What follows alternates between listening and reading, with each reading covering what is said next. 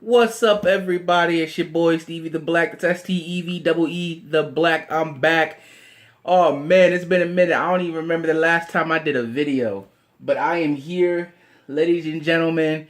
And last night was Wrestlemania, and let me tell you something. I'm still like, wow, what did I just watch?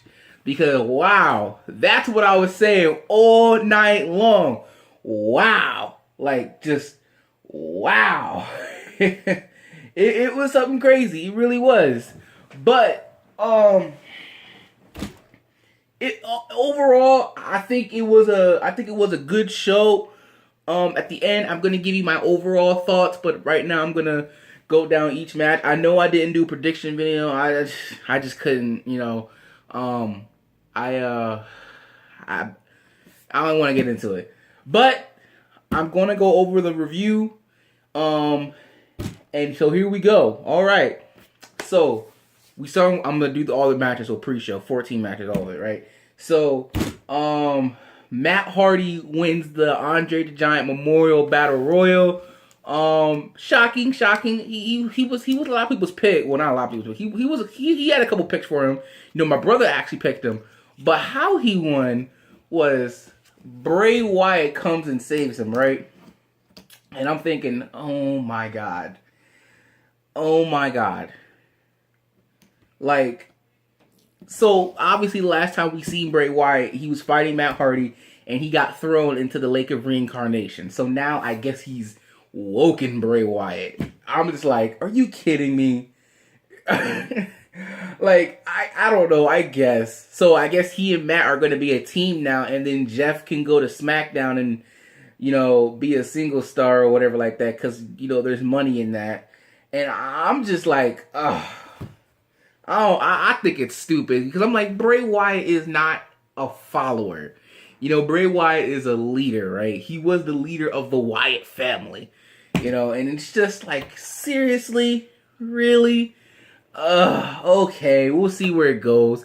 I mean, to me, it's more kind of like the feud he had with Randy Orton last year, where Randy Orton was pretending, to be in Bray Wyatt's corner, but I don't know, because my thing is, eventually Sister Abigail, hold on a second, sorry. Eventually Sister Abigail will wake Bray Wyatt up or something like that, or make Bray Wyatt the way he used to be. That's how I see it. Maybe by the time SummerSlam goes around, maybe by the time WrestleMania next year. But I'll see where it goes. I'll give this a chance. Maybe they'll win the tag team titles somehow. We'll get to that in a minute. But Matt Hardy wins the Battle Royal. So then we have Cedric Alexander taking on Mustafa Ali. Unfortunately, I was not able to watch this match because I had to cook some nasty oven frozen pizza. Oh, that thing was nasty. It wasn't even good. Like, oh my god. But from what everyone said, they said it was pretty good, it's pretty decent. They said the crowd was in it, and Cedric Alexander did win the Cruiserweight Championship. I think he deserved it though. Everything that went down with Enzo and everything, and he's supposed to get a title shot, but Enzo was sick, and then they're supposed to be the Royal Rumble, and then Enzo got fired. So I think he'll be a good champion. Next, we had Naomi winning the first ever women's battle royal. Bailey thought she had won, but I didn't get to see the whole thing because, again, I was downstairs. I came upstairs because I was watching upstairs. I came upstairs right at the part where Bailey shakes Sasha Banks' hand and then throws her out, and she thinks she wins, but Naomi actually, I guess, rolled under the ring or rolled out of the ring and didn't go over the top rope. So Naomi ends up winning the battle royal. So congrats to her. So then we get on the main show, and the first match is the Intercontinental Championship match between Seth Rollins, Finn Balor, and The Miz, and Seth Rollins is your new Intercontinental Champion. Well deserved. Seth Rollins has been on a roll as of late.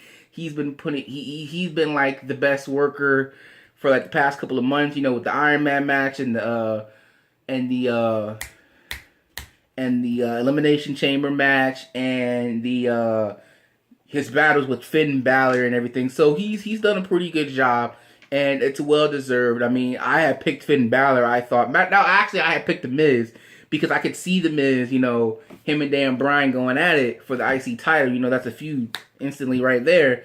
But Miz did just have his baby, so he's probably gonna go and spend some time with the baby and his wife. So he deserves it. So Finn Balor, not Finn Balor, Seth Rollins is your new Intercontinental Champion. It was a great opening match.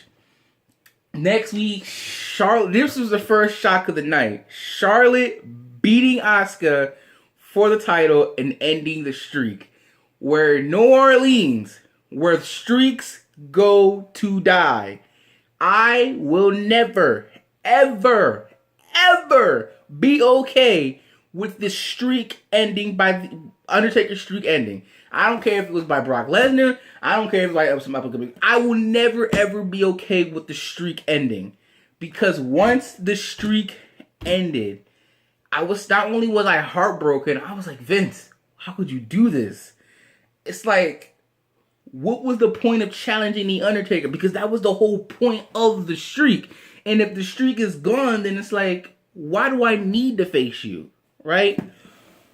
There's nothing to prove. Your streak's already over.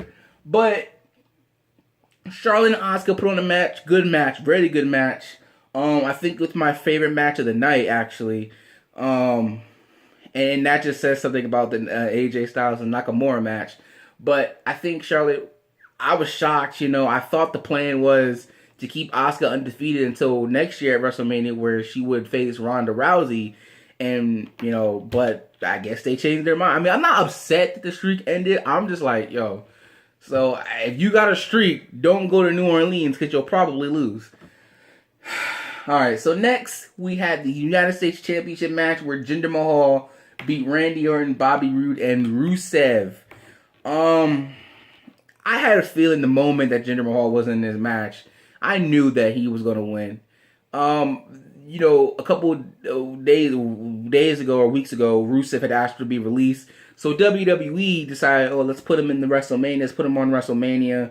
Because I was going to pick Rusev to win the Battle Royal because he wasn't going to be doing anything. But they put him in this match so that way he wouldn't leave or whatever, right?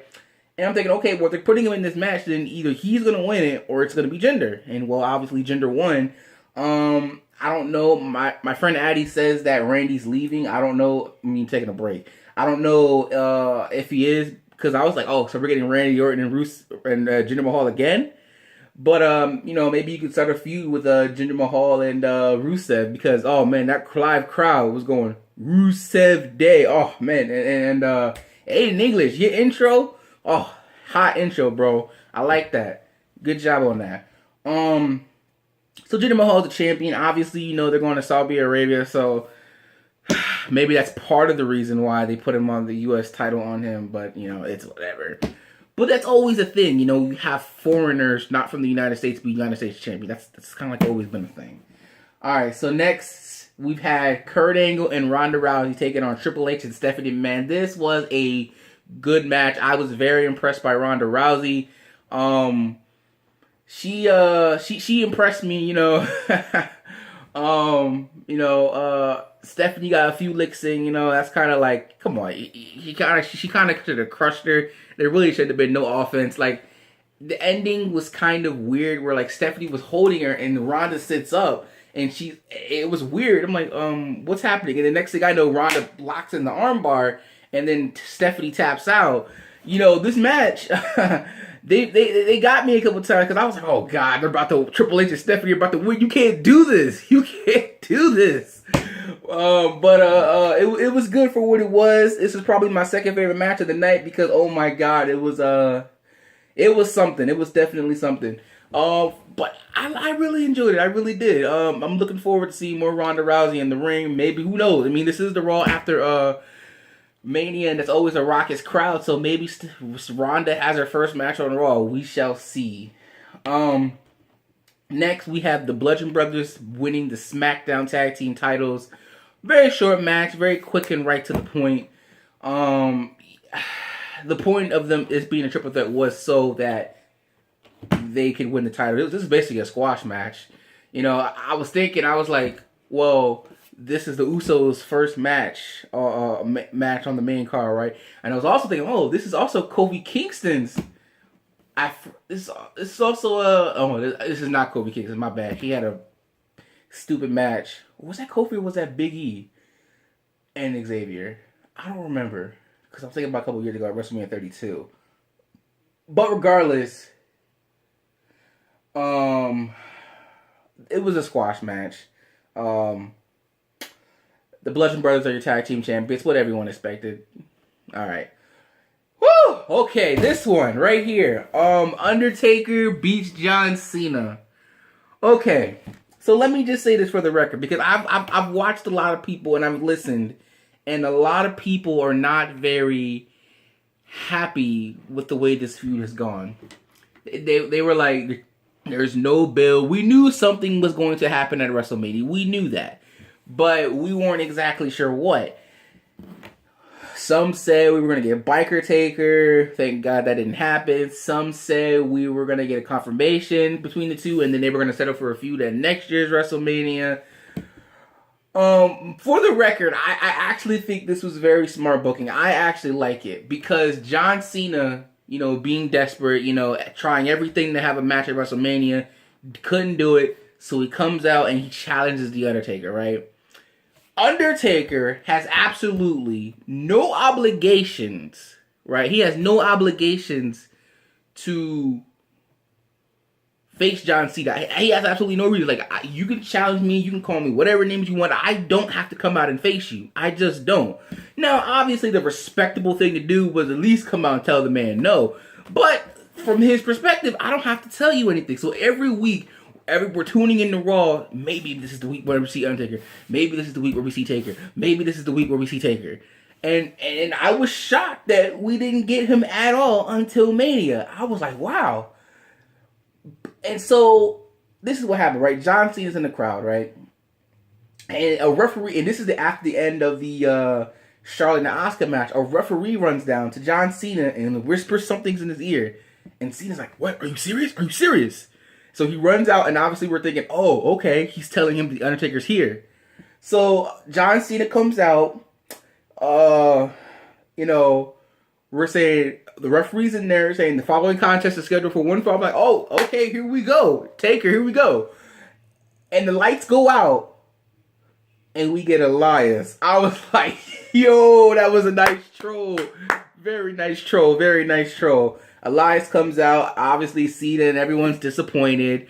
Elias starts making fun of Cena. Cena beats him up. And then Cena's like, and then another referee comes down and he's like, hey, yo, he ain't coming out. This is not going to happen. So Cena's upset. He's leaving. And as soon as he leaves, gong. And I'm like, yo, here we go. And then you turn in the ring and you see Undertaker's hat, glove, and jacket and stuff like that, right? Here's the problem I have with that. Had we not seen The Undertaker at Raw 25, and it had actually been 1 year since we'd seen The Undertaker, that moment would have meant so much more. Because then lightning comes, strikes the jacket and the hat and the gloves, and then we get Taker on stage and he walks it down the ramp, right?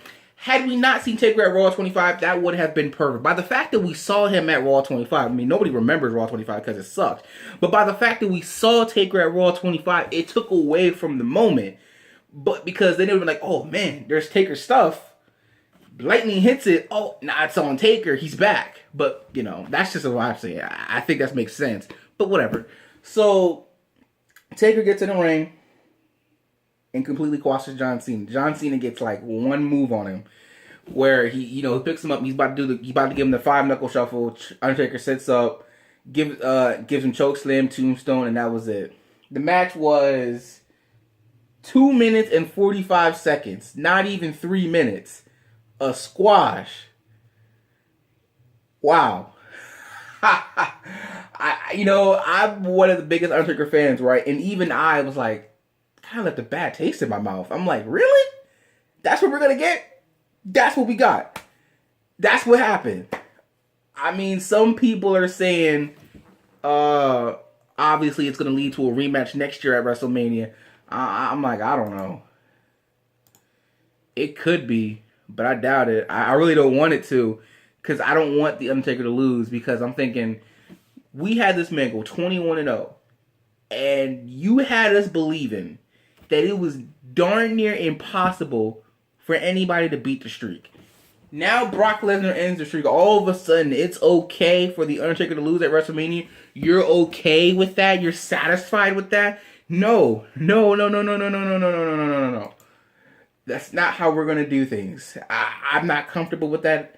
With him losing, I want him to come out on Raw tonight and say that he's done. I honestly want that. And I can't take the side of the Undertaker losing at WrestleMania. It does not sit right with me. It does not.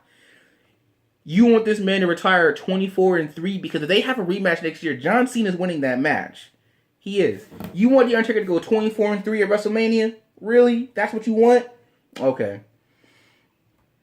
Moving on. Next, we had Daniel Bryan and Shane McMahon beat Kevin Owens and Sami Zayn. Kevin Owens and Sami Zayn remain suspended, so obviously that means they're going to Raw.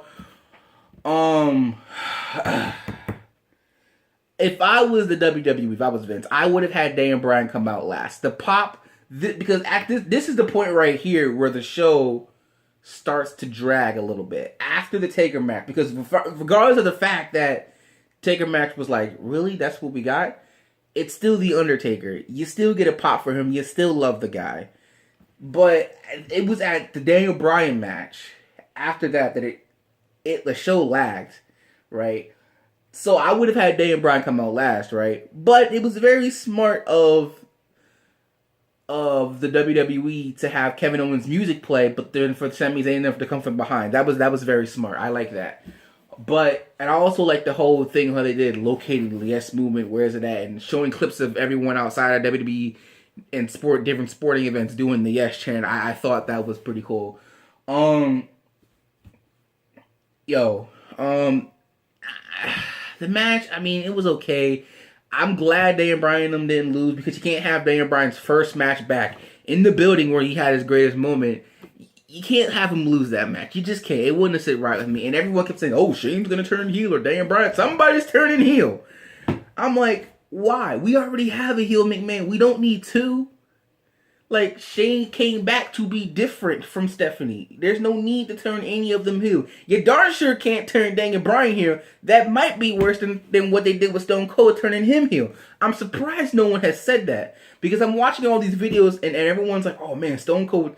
I mean, it's kind of smart booking. Like, you never thought you would see Stone Cold and Vince McMahon team up. But nobody wanted that. They just cheered Austin Moore. You cannot turn Daniel Bryan heel. You just can't do it. You can't. I'm sorry. You cannot.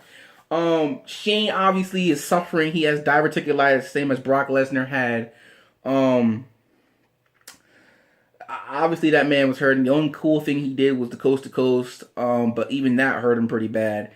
Obviously Dan gets a hot tag. He hits Sami Zayn with the knee, put him in the yes lock, and that's all she wrote. The yes chants weren't as loud as I thought they were going to be. It's definitely louder at 30 when you won the title, but it was not as loud as I thought it was going to be. Obviously, the match was safe because Daniel Bryan got taken out very early. I'm not shocked by that. I'm pretty sure it's going to be a while before Vince is like, all right, let him go. He can do what he wants to do. But I want you to know we're all going to be watching very closely, because we're like, oh man, I don't want this man to get hurt again. This man breaks a nail and Vince might be like, you're done.